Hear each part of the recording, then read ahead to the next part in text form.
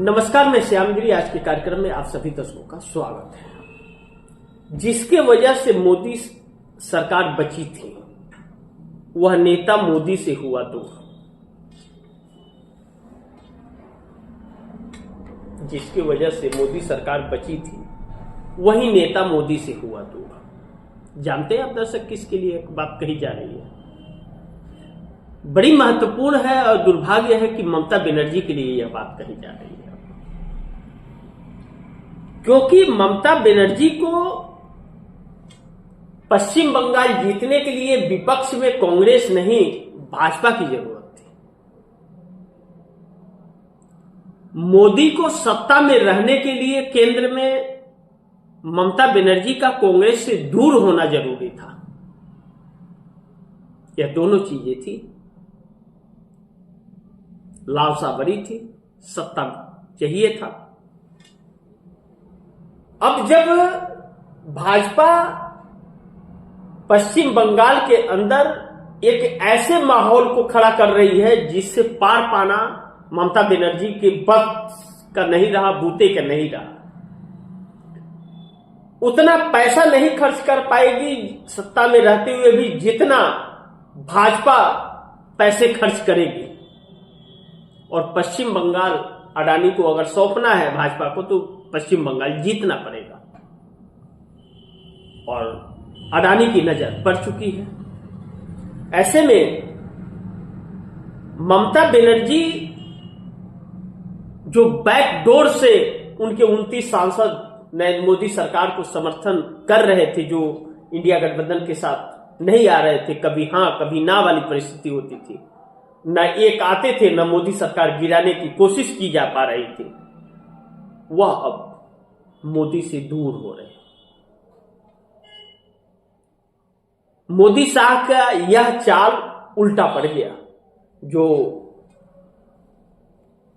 बिहार पश्चिम बंगाल के अंदर, बिहार के अंदर जो किया वो किया है। पश्चिम बंगाल के अंदर जो हुमायूं कबीर को बाबरी मस्जिद के लिए एक लाइन तैयार करने की कह दिए और माहौल बनाने की कोशिश की, या बागेश्वर या रितमरा साध्वी के जरिए जो माहौल हिंदू मुस्लिम का बनाने का प्रयास किया जा रहा है, वह ममता बनर्जी को मोदी से दूर कर रहा है, जो बैकडोर से ममता बनर्जी साथ में थी। अब ऐसे में तो ममता बनर्जी अगर दूर हो रही है तो उनके कुर्सी पे आ रही है, तब तो इंडिया गठबंधन के साथ जुड़ेंगी वह। और वही जुड़ना मोदी सरकार के लिए मुश्किल पैदा करेगा। यानी कि फूट डालो राजनीति करो वाले मामले में दांव उल्टा पड़ गया। लेकिन मोदी सरकार का खेल खत्म, तानाशाही ले डूबी सरकार। यानी कि तानाशाही जो है वही सरकार को ले डूबेगी आने वाले वक्त में। अब यह सारी राजनीति ज्यादा दिन नहीं चलती। फूट डालो या गुमराह करो, बेवकूफ बनाओ, ज्यादा दिन नहीं चलता है। एक बार, दो बार, तीन बार, चार बार, अब बार बार नहीं चलता, लोग समझ जाते हैं। अब जो हिंदू मुस्लिम या मंदिर मस्जिद में तब्दील किया जा रहा है देश को, अब वह अंधभक्त भी समझ रहे हैं। देश तो समझ ही रहा था और देश सड़क पर भी है, राजनीतिक दलें भी सड़क पर है। लेकिन उस गोदी मीडिया का क्या करना जो स्क्रीन पर दिखाता नहीं है, सरकार की चाटुकारिता करता है, उससे कौन बचाए? अब ऐसे में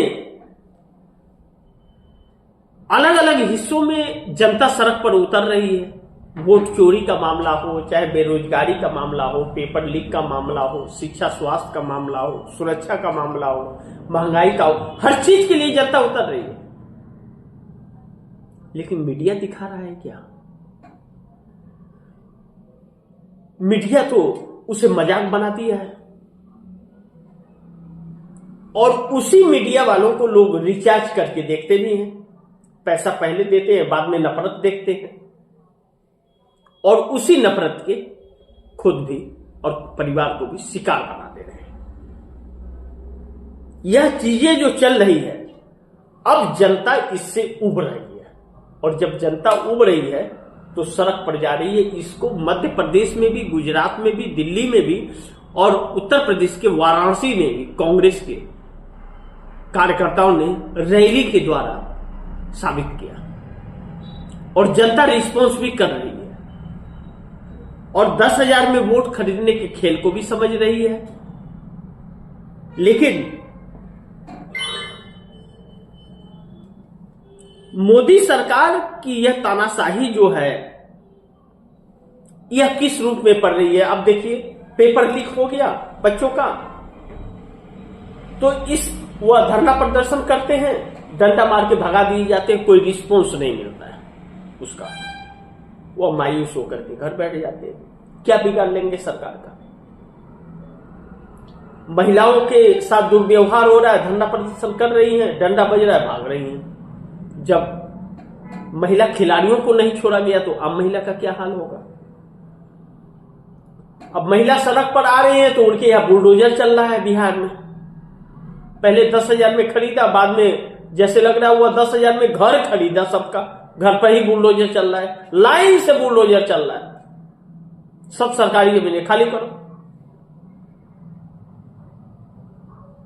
आज तक तो 20 सालों में नीतीश कुमार ने नहीं कहा, तो वह जनता भी विरोध करने के लिए मजबूर है।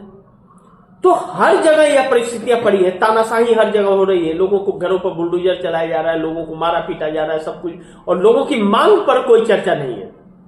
तो यह तानाशाही जो है कब तक? अब चुनाव जीते हो ना सत्ता में आने के लिए, जीते हुए व्यक्ति को भी सरकार को भी जनता उखाड़ फेंक सकती है। बांग्लादेश और नेपाल में क्या हुआ? वह सही नहीं था, लेकिन उखाड़ फेंकी ना।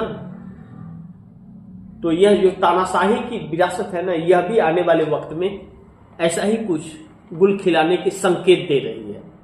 लेकिन मोदी सरकार पर भरोसा नहीं पब्लिक और नेता दोनों को,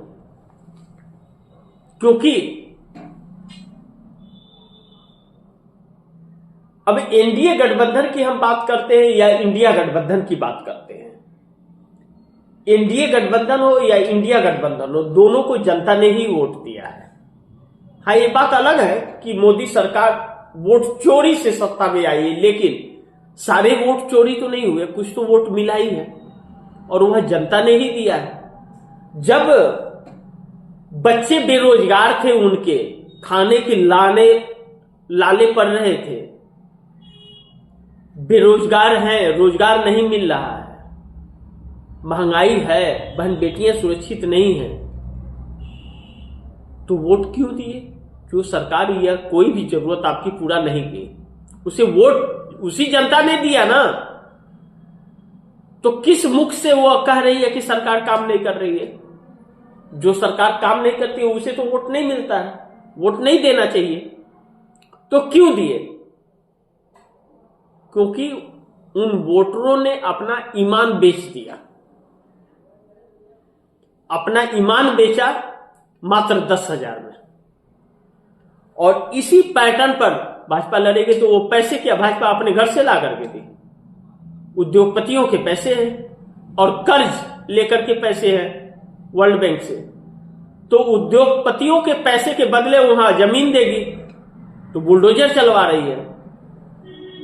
और जो वर्ल्ड बैंक से कर्ज लेकर के बाकी है 10,000 रुपया, वह वहीं की जनता से असूलेगी किस्तों में, टैक्स लगाकर। तो कहते हैं ना, बुरे काम का बुरा नतीजा। तो बीके हैं तो गुलामी तो सहनी पड़ेगी, मजा कोई और मारेगा। लेकिन दुर्भाग्य यह है कि उसके बाद उन्हें संभालने का कोई मौका नहीं है, उनका भविष्य खत्म हो गया 10,000 में। तो इसीलिए बड़े बुजुर्ग कहा करते थे, लालच बड़ी बुरी चीज होती है। तो बिहार के गरीबी का मजाक उड़ाया गया 10,000 में, और सरकार आने के बाद बुलडोजर चलाने लगा। लेकिन इसी तरह जब पब्लिक हर जगह से नाराज रहेगी और गुस्सा रहेगी, तो गुस्सा क्या क्या नहीं करवाता है किसी भी इंसान से। गुस्सा बहुत कुछ गलतियां भी करवा देता है। तो वही गलतियां अगर जनता सड़क पर आ गई तो वही हालात बांग्लादेश नेपाल भी कराता है। इस बात से भी इनकार नहीं कर सकते।